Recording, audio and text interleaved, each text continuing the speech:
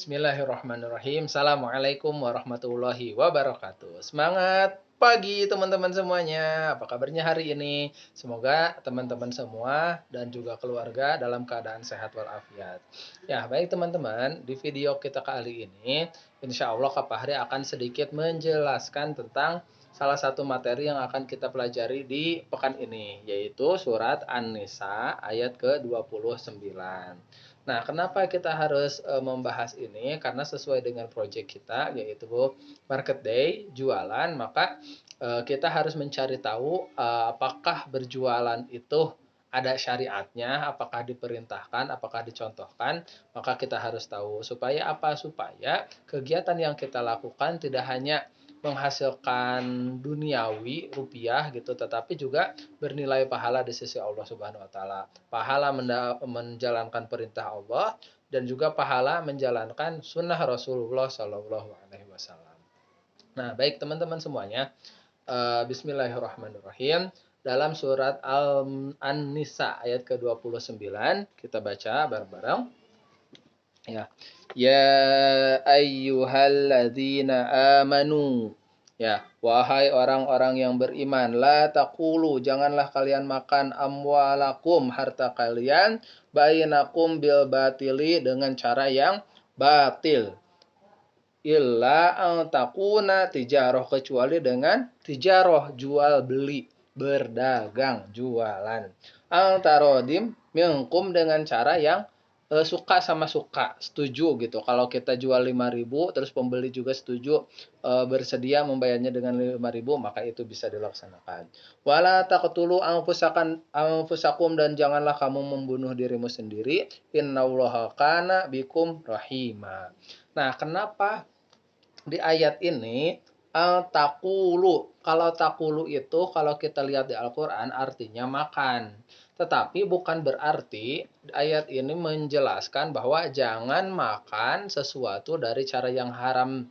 Jangan makan saja, tetapi kenapa makan gitu? Kenapa enggak mengambil atau mendapatkan ataupun yang lainnya? Karena kalau mendapatkan, contoh baju nih, janganlah kamu mendapatkan baju dengan cara mencuri misalkan. Kenapa tidak seperti itu? Karena kalau mencuri atau misalkan terus kita ketahuan ngambil kau barang, itu bisa diambil lagi. Tetapi kalau makanan yang udah kita makan, itu kan nggak mungkin dikembalikan lagi gitu. Nah, maka ayat ini multi tafsir ya teman-teman. Bisa berarti mendapatkan, bisa berarti mengambil, bisa berarti menerima, dan yang lainnya. Dan bukan hanya sesuatu makanan saja, tetapi apapun yang kita miliki itu jangan didapatkan dengan cara yang batil. Contoh cara yang batil itu seperti apa? Misalkan teman-teman kita pengen makan. Makannya itu nasi pakai ayam goreng, halal gak halal? Tapi eh, bainakum bil batili, jangan dengan cara yang haram. Cara yang haram bagaimana? Contoh misalkan mamah yang masak tapi kita sambil marah-marah gitu. Mah aku teh pengen makan sama ayam goreng atuh. Ih, mamah mah masa tiap hari makannya teh sama sayur lagi. Tumisan lagi, telur lagi, pengen ayam atuh. Nah, sambil marah-marah, sambil kita ngambek gitu ke orang tua. Nah, itu sesuatu yang disebut dengan cara yang batil. Misalkan kita teman-teman pengen beli sepeda, pengen beli mainan, bilang ke ayah, ayah, aku teh kan udah gede, sepeda aku teh kecil, pengen ganti atuh yang lebih gede. Misalkan teman-teman bilang kayak gitu ke ayah. Lalu kata ayahnya teh, yang sabar ya nak, insya Allah nanti kalau sudah ada rezekinya sama ayah dibeliin. Terus kita teh marah, ah nggak mau, pokoknya pengen sekarang, kan aku teh malu sama teman-teman, aku mah sepedanya kecil misalkan. Lalu sehingga ayah kita teman-teman berusaha untuk mengabulkan permintaan teman-teman, akhirnya dibelikan. Nah, bisa jadi diberikan, tetapi kita nih teman-teman melakukan cara batil. Cara batilnya itu adalah maksa kepada orang tua. Nah, termasuk nih kalau di sekolah. Di sekolah katakanlah pandeminya gak ada. Kita ke sekolah lagi istirahat snack time tuh. Kan suka ada yang bawa snack itu dari rumah.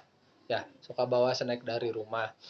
Terus teman-teman minta gitu, tapi mintanya itu sambil ngambil, minta ya gitu. Oh minta, si orang yang punyanya itu belum bilang iya atau tidak, tapi kita langsung ambil. Nah itu juga cara yang batil. Jadi cara yang batil itu tidak selalu kekerasan, tidak selalu yang menyakitkan, tetapi apa ya, sesuatu tanpa izin, mendapatkan sesuatu tanpa izin juga itu termasuk hal-hal yang batil.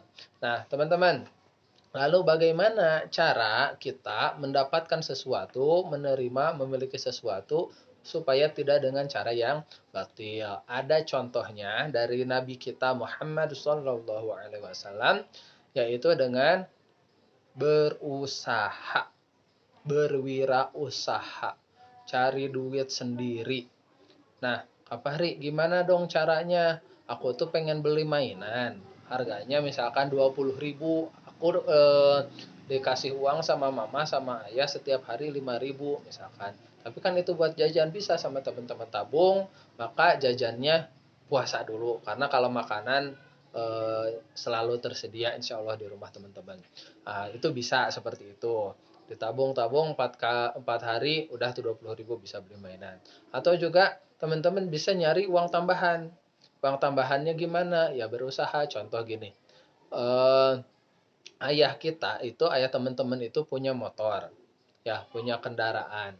Kalau nyuci motor ke tempat steam, motor yang kecil, misalkan motor Matic, Beat yang kecil-kecil itu 10.000 biasanya.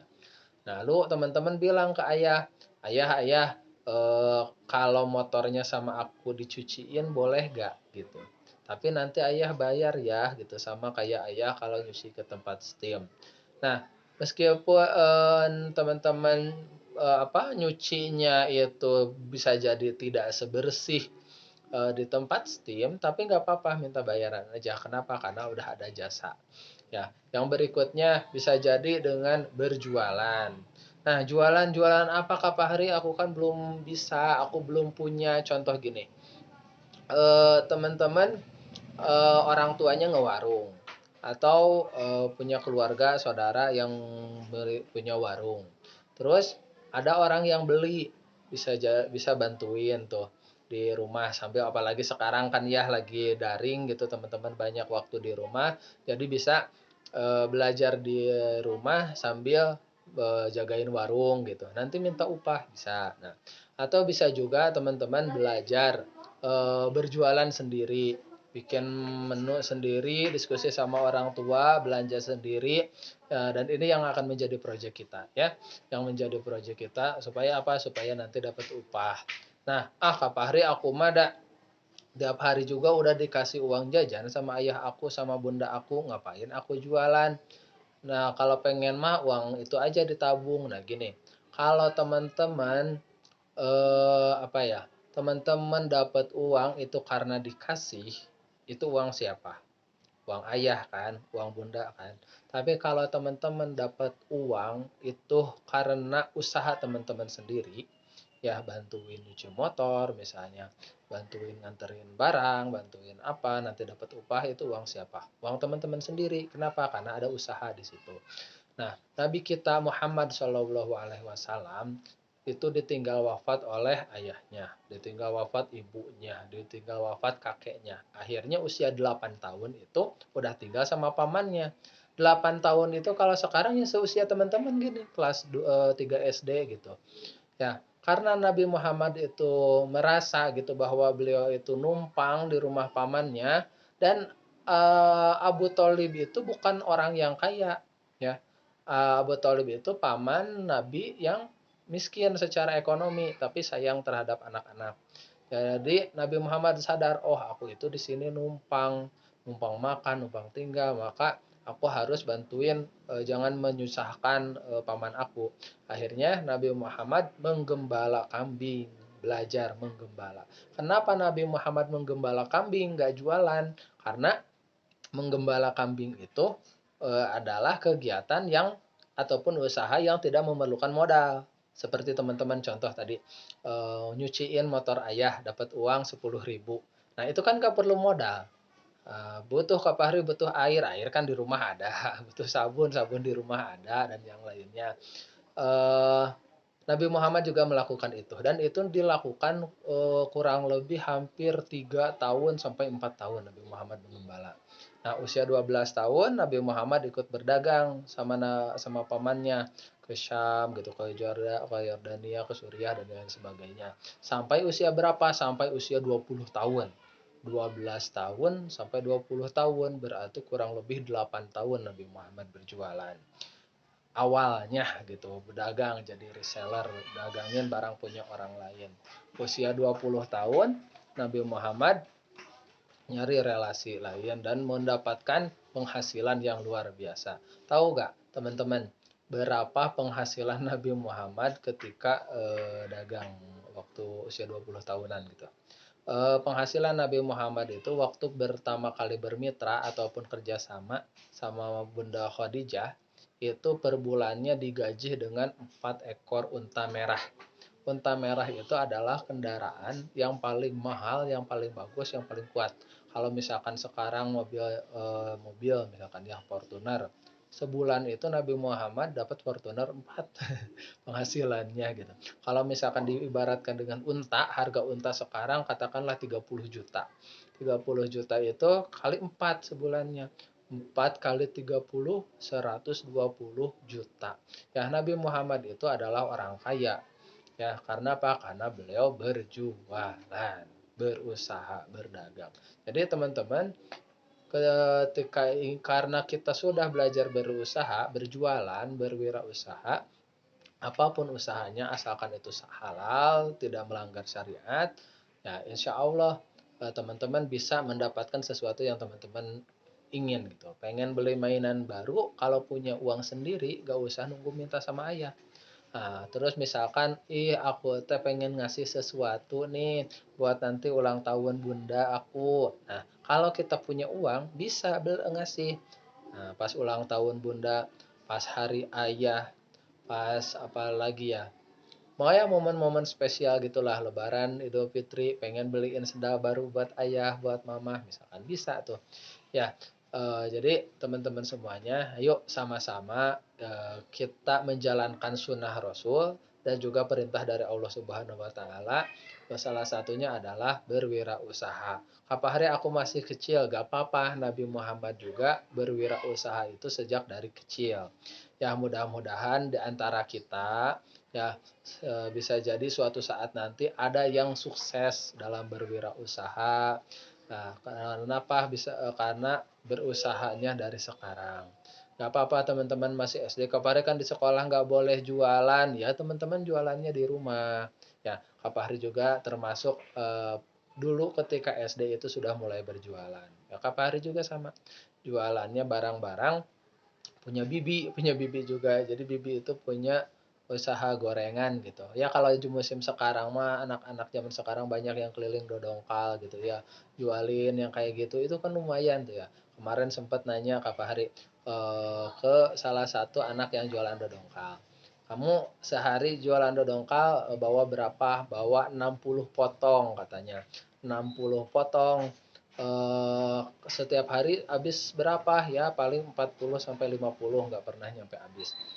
Kalau hal aku 40 potong, kamu dapat upahnya berapa? 15.000.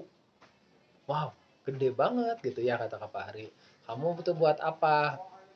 Ya buat aku, jadi kalau jajan katanya atau pengen beli sesuatu aku nggak harus minta ke orang tua. Sehari 15.000, 2 hari 30.000, 4 hari 60.000, 4 hari 60.000. Kalau 6 hari, 6 hari udah 90.000. 10 seminggu udah hampir 100.000. Wah, itu jualan dodongkal aja. Belum kalau misalkan dapat uang dari paman ada yang ngasih, dari mama ada yang ngasih dan lain sebagainya. Ya, jadi itu ya teman-teman semuanya. Mari sama-sama kita berjualan. Ya, jadi dalam Quran surat An-Nisa ayat ke-29 Allah memerintahkan kepada kita supaya mendapatkan sesuatu dengan cara, tidak mendapatkan sesuatu dengan cara yang batil kecuali dengan cara berjualan. Ya, salah satu syarat perdagangan atau jual beli nih, jual beli itu harus atas dasar suka sama suka, setuju dengan setuju. Yang ngejual setuju dijual 5.000, yang membeli juga setuju membelinya dengan harga 5.000 misalkan. Nabi Muhammad juga mencontohkan bahwa Nabi Muhammad itu kalau pengen dapat sesuatu harus berusaha. Contoh usaha yang dilakukan Nabi Muhammad adalah apa tadi? Yaitu menggembala kambing dan juga ikut berjualan. Jadi hikmahnya apa nih? Hikmahnya adalah pertama, kita kalau sudah sadar, sudah mau berusaha, maka ketika ingin mendapatkan sesuatu harus berusaha. Ketika kita ingin mendapatkan sesuatu harus bekerja, bukan berarti bekerjanya sama seperti ayah ya, yang berat-berat seperti itu, yang ringan-ringan aja ya, yang ringan-ringan aja ya. Itu saja yang bisa Kak Fahri sampaikan, semoga bermanfaat. Sekian, assalamualaikum warahmatullahi wabarakatuh.